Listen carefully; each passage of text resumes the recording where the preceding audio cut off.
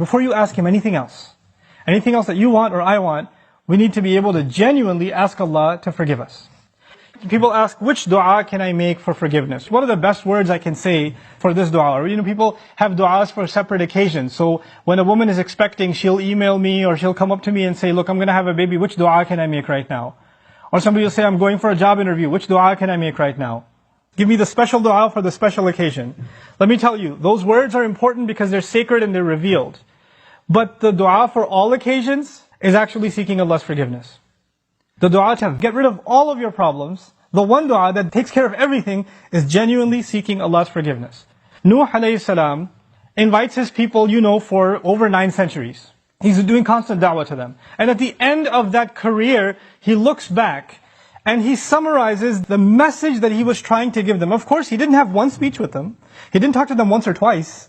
دَعَوْتُ قَوْمِ لَيْلًا وَنَهَارًا. Night and day. He didn't even take nights off. He's constantly inviting them. And in a surah dedicated to his name, Surah Nuh, he himself summarizes the entire message he was giving his people this whole time. What is it that I want from you? إِنِّي كُلَّمَا دَعَوْتُهُمْ لِتَغْفِرَ لَهُمْ. Every time I was inviting them, I was only inviting them, calling them to this faith, so you could forgive them, Ya Rabb. And then literally he says, here's how I invited them. This is what I exactly said to them, over and over and over again. قُلْ, I said, اسْتَغْفِرُوا رَبَّكُمْ. Seek forgiveness of your master. إِنَّهُ كَانَ غَفَّارًا. Certainly Allah is someone who keeps on forgiving and keeps on forgiving and keeps on forgiving. And He does it repeatedly. But what He says after that is so remarkable. He's talking to one of the worst nations in history. Places like Surah Al-Qamar or even Surah Al-Dhariyat, Allah describes different nations of the past that rebelled against Allah, that rebelled against the prophets and were destroyed. When He gets to Nuh alayhi salam's nation, what does He say? وَقَوْمَ نُوحٍ مِّن قَبْلِ إِنَّهُمْ كَانُوا هُمْ أَظْلَمَ وَأَطْغَى. The nation of Nuh from much before, they certainly were more wrongdoing and more rebellious than everyone else. Like He has the worst condemnation of the people of Nuh. It makes sense. They had a messenger not for one generation like every other prophet. They had a prophet 3 generations, 4 generations every century. Every 2 decades there's a new generation of kids that have grown up. And he's seen that century after century after century after century.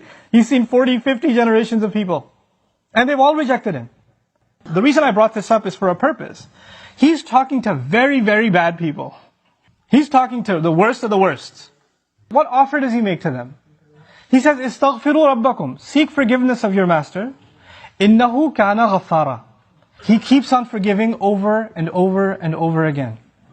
His offer doesn't stop there. He says, يُرْسِلِ السَّمَاءَ عَلَيْكُمْ مِدْرَارًا. Yursili. It's actually Jawab al-Amr. If you seek His forgiveness, then Allah will open up the sky for you and it'll start pouring on you.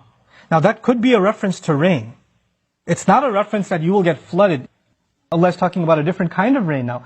If you seek forgiveness, that same rain that destroyed them will be the rain that brings them life. They didn't pray for rain. Allah just asked them to make dua to be forgiven. But if you asked dua to be forgiven, the sky will open up and start pouring. Now Allah did not say water will pour. He said the sky will pour, because the sky has a lot more than water. The sky has forgiveness. The sky has peace, tranquility, faith, your provision, the solution to your problems. They come from the sky. He will open the floodgates, and everything held from the treasures of Allah that you haven't been getting because you haven't been seeking forgiveness is going to open up. Just ask for forgiveness. You're asking to solve problem A, problem B, problem C. There are problems you don't even know you have. Allah knows that you have them.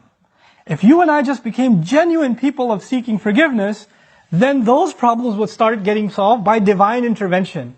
يُرْسِلِ السَّمَاءَ عَلَيْكُمْ مِدْرَارًا. And that's not even enough. You're asking forgiveness for who? Yourself. إِسْتَغْفِرُوا رَبَّكُمْ is seek forgiveness for yourself. He says, وَيُمْدِدْكُمْ بِأَمْوَالٍ وَبَنِينَ. And He will extend you by giving you money and giving you children. He will further your good legacy with money and kids. It's not even money that will lead you away from Allah. Because it's in the context of you seeking forgiveness. He'll give you good money that will lead to you doing more good and benefit you in this worldly sense and in the akhirah sense. And He'll give you good children. They will respect you, show you love, obey you, make you proud. They will give you happiness when they're alive. And even when you're gone, they'll continue to do good deeds that become a continuous investment for you after you're in your grave. This is the same two words, money and children. Later on, إِنَّهُمْ عَصَوْنِي وَاتَّبَعُوا مَنْ لَمْ يَزِدْهُ مَالُهُ وَلَدُهُ إِلَّا خَسَارًا. They disobeyed me, and they only followed the people whose money and his kids do nothing but cause them more loss. Money and kids are a means of loss. But when money and kids come from Allah, after you seek forgiveness, they become gain. It's the same money and kids. The only difference is, now they have the blessing of Allah's forgiveness on top of them. It's like they were contaminated until Allah purified them with His forgiveness. Istaghfiru rabbakum, and look, seek Allah's forgiveness. What doesn't open up? The sky opens up in ways you can't imagine.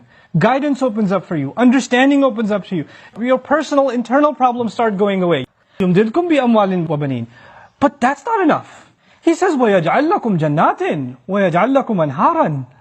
He'll put in place for you gardens. He'll make rivers flow for you.